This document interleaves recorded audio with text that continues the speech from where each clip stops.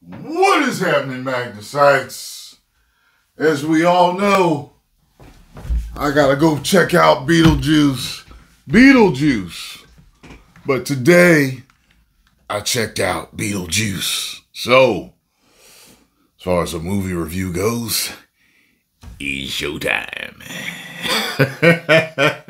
Alright, so, a lot of you don't know that as a kid, I was raised Jehovah's Witness, and we weren't allowed to watch a lot of stuff that had to do with magic or ghosts or demons or anything like that. So Beetlejuice came out when I was a kid, and a bunch of kids that I knew saw it. And, you know, in this movie, you know, I would hear them singing these songs.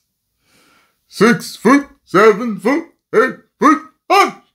Daylight coming, we wanna go home. Like, I knew nothing about it.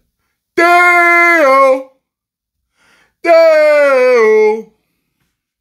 Daylight coming, we wanna go home. I didn't know nothing about it. As a matter of fact, I remember they wanted to sing it for a recital and the kids wouldn't, the teachers wouldn't let them. I remember that.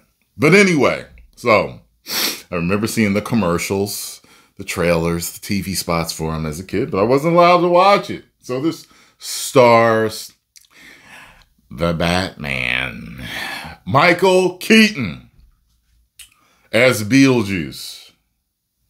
Gina Davis is in it.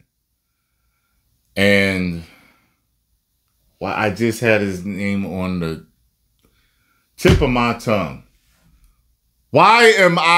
Y'all know who I'm talking about. So they're married in this. They live in this big house.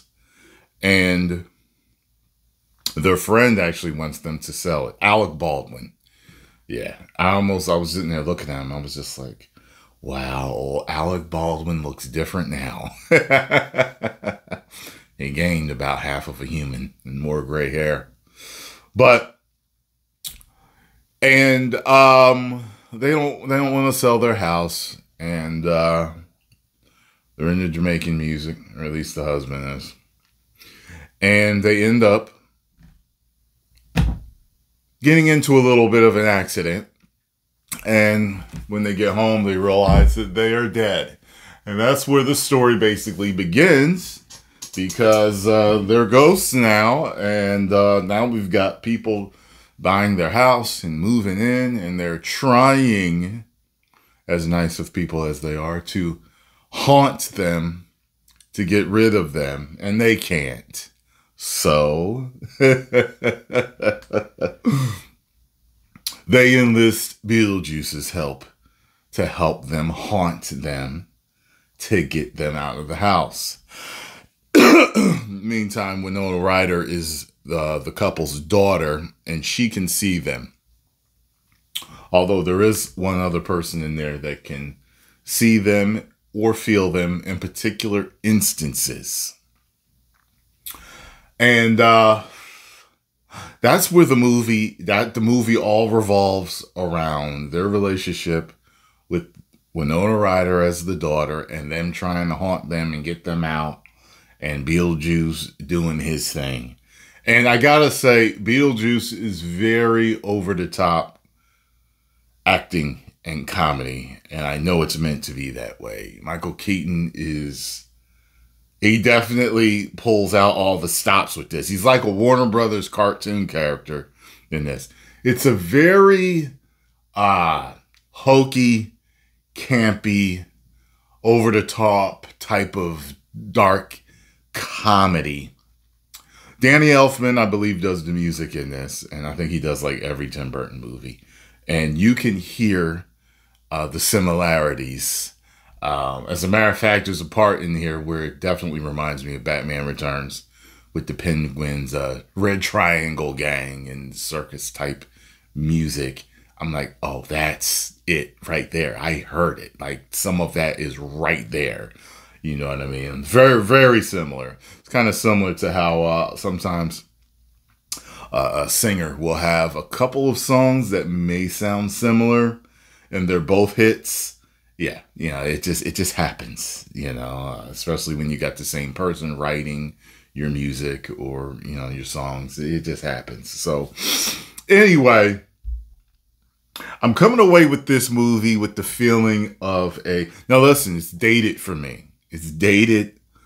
But I grew up in that time, so I definitely felt it.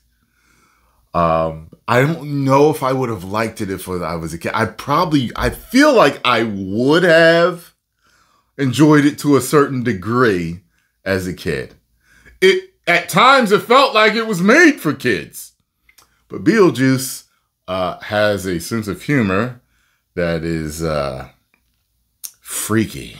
As a matter of fact, that movie wouldn't have worked now because of how he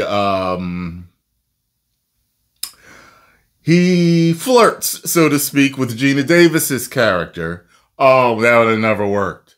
Matter of fact, I heard that the movie's getting some, some misogynist type of comments about the new movie, Beetlejuice. So I assume they kept his character the same and they didn't really tone him down. So I don't think I'm going to have time to go see it tonight. Plus Scarlett's feeling sick. So I wanted to go see it with her. So we'll probably go tomorrow and you'll have my review of Beetlejuice tomorrow. So, Michael Keaton, the standout character, actor, everything. He made the movie. Boom. I'm going to give this movie, though, having seen it at 47 when it came out when I was probably 7. I'm going to give it a 2.5 out of 5. Woos! Just right there in the middle. It's okay. It's all right. I mean, it's all right. It was dated. It was all right. There was some funny parts and stuff. But, yeah. So now I get to see what Tim Burton is going to do with a new up-to-date version in Beetlejuice. So, yeah, there you have it, folks.